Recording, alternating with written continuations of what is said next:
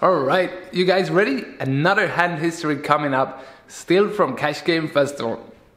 This one is kind of tricky because I've gone back and forth in my head, like should I have done this, should I have not done this? I've run it with sims, I've studied it, and I'm still not sure.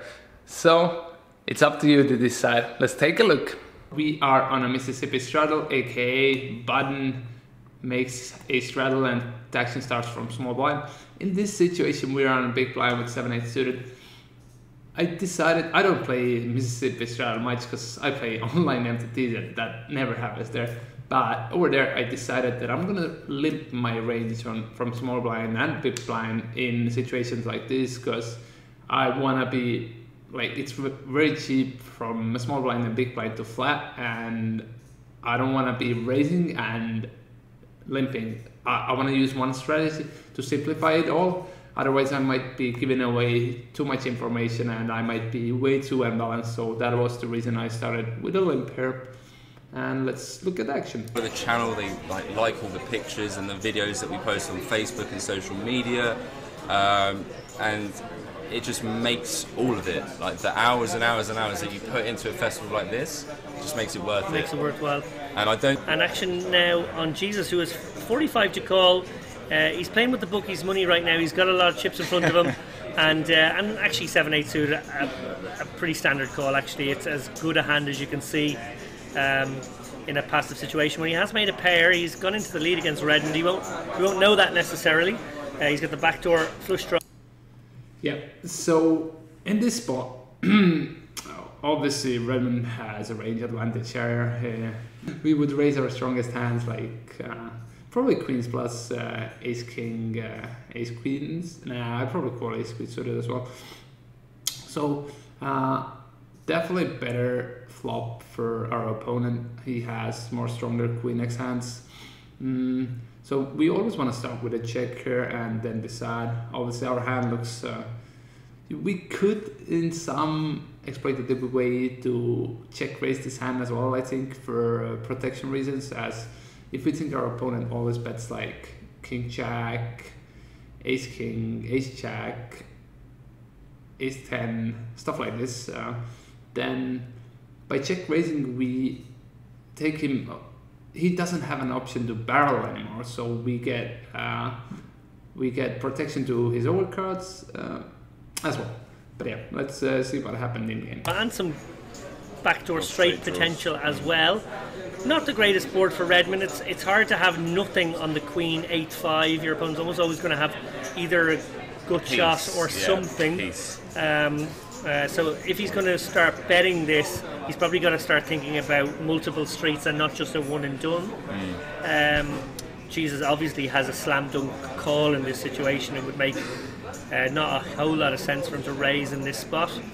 I think there is some sense for raising, but I do agree with a backdoor flash draw as well. I don't want to blow up my equity. It would be the worst case here to check raise, and yeah, let's say Will and jams or comes over the top of like, oh my god, we had some backdoor flash draws, we had backdoor straight draws, we had a pair. What did we do?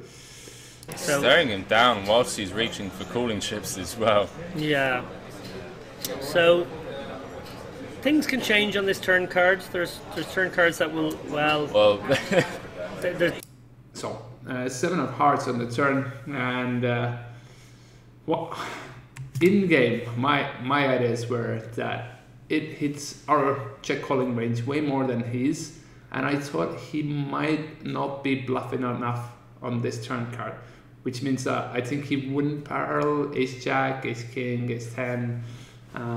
He definitely has a6 suited hearts that he would barrel. He could still barrel a jack 10 suited hands. So I think I would have preferred a check in game. I did go with a lead here, which was a surprise to most people. But let's take a look. There's turn cards that are going to mean the already sticky Jesus is going to be hard to shift now. The question is, does Redmond pull the trigger here? Does he feel like he can get a hand like Queen Jack or 9-10 to fold here on this street? They're the kind of hands he's looking for folds if he pulls the trigger again. I think Something like that 7 hits the calling range harder. So as you can see, I scrolled it forward, we have made a bet half a pot, and I run it in a sim as well, in a player solver, and to be honest, if we want to choose a sizing, it should be smaller, prefers a third pot sizing. Why I went half a pot was I wanted to set up a river jam, so when we went half a pot we would have close to a pot bet left, bit less. And about hand combinations, Passover prefers a leading turn with king queen, like stronger top pair hands, and some bluffs like 10-9, jack-9, gutshot hands, and also 7-6 for a pair and a straight draw. But there is one but as well. If we know, like, why doesn't he lead more hands, is because our opponent is supposedly, at least in GTO, he's supposed to be raising fair bit as well. But in reality, it's hard to see my opponent raising me with king 10 here. Only raises I can see, bluff raises I can see him do are okay, 10-9 potentially, backdoor flush draws like ace-6 suited, ace-9 suited, with a gutshot as well, like high equity hands that he blocks the straight and wants to apply pressure with. But overall, like, he's not bluffing enough, he's not calling enough, so actually it is better to lead our whole range in this spot. And even though Paya said it, I'm not completely sure. Like, I want to go even more exploitable, and I think we should be checking this hand as well, because there is a chance still that our opponent wants to barrel, and like ace jack, king jack, for some reason we don't know how he plays. We want him to have the option. And another thing is, even if it doesn't, let's say a river rolls up like ace or a king or a jack, he might hit his overcards and he might go for a bet, and then we get extra value from those.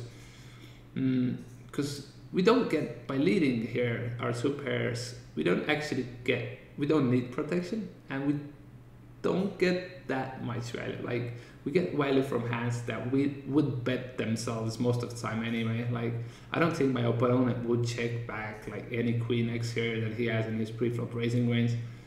So after all this mess, I would prefer a check. So I'm still a student of the game. I don't play great poker, even though it turns out Pile Solver would do the same. I disagree. Then it does calling range of the flatter harder than it does of the razor, so possibly feeling like his hand is somewhat protected as well, just in case he is behind. Although I do remember taking a similar line yesterday and walking into the top set, so it can sometimes go wrong. Yeah, we win the pot. Oh man, well, like I said, it was a tricky one. But yeah guys, if you enjoyed it, give it a thumbs up, and if you want to play with me or some other heroes from Cash Game Festival, then sure, tune in for the next one, 21st till 25th of November here in Tallinn, in my hometown. Woo! To be honest, this time I'm skipping because I'm at Unibet Open, which is at the same time. But if you prefer Cash Game way more than tournaments, then you should come down here and enjoy the festival. So yeah, catch us!